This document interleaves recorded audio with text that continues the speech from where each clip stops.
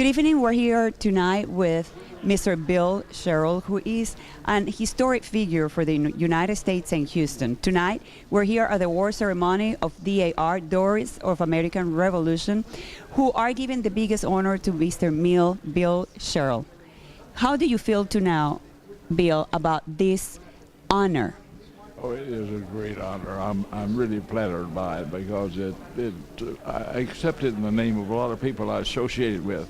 I don't think I deserve it individually. I think it's a group that really sort of led the nation and fought through some hard times, and so I accept for them.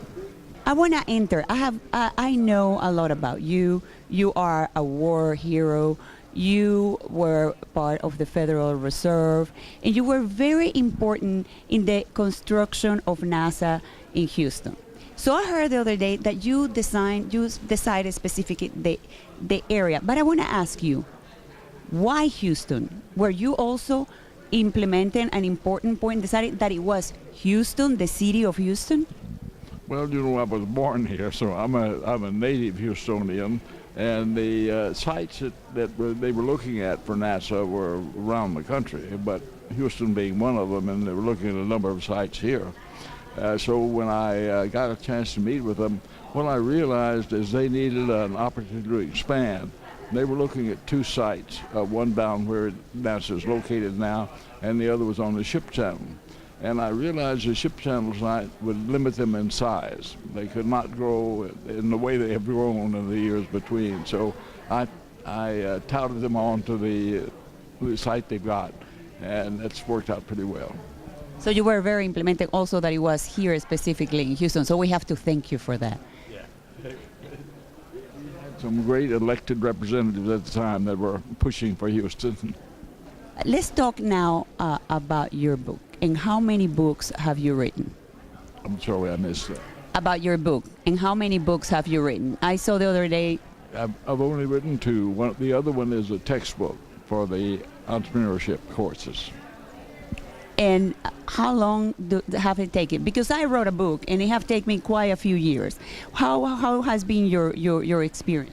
Well, the textbook took a couple of years to get together and really collect and wrote, and I wrote it jointly with another professor.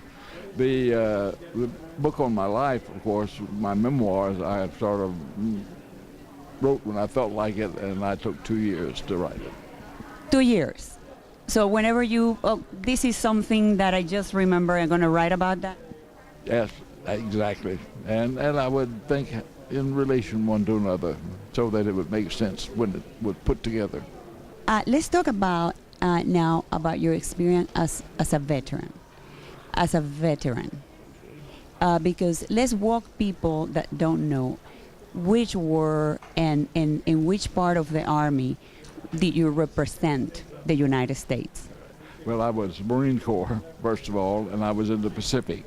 I was over twice. First time was just to defend Pearl Harbor. There was no action. We thought that was going to be, but it turned out not to be. So we came back to the States, trained, and went back over and joined the 3rd Division for the Bougainville campaign, the Guam campaign, and the Iwo Jima campaign. I was shot on Iwo Jima, and that was the end of my career. Oh, well, thank you for your service, sir. It's because of you that United States of America is what it is. As a veteran, as a server of the United States in many ways, because you have held many positions, what would be your advice to the new generation, especially in this time when there is this feeling that we should not love our country? What would be your advice? No, that's dead wrong. You should, and the country deserves loving. It's a great country.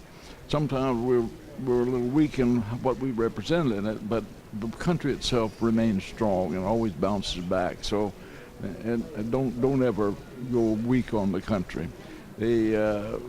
My advice to you as a citizen is get all the education you can get.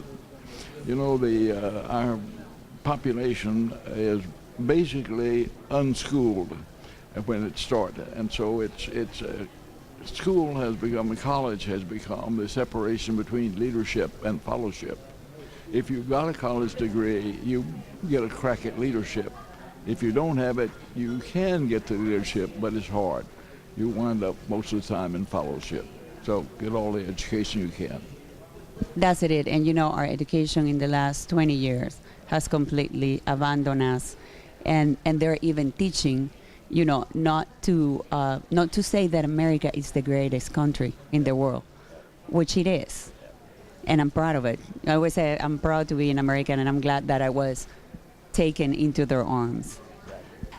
I want to thank you very much for your service. I want to congratulate you again for this big honor, and keep on going, because you have a lot to give, not only to Houston, still to the United States. Thank you very much. It's been a pleasure. Thank you.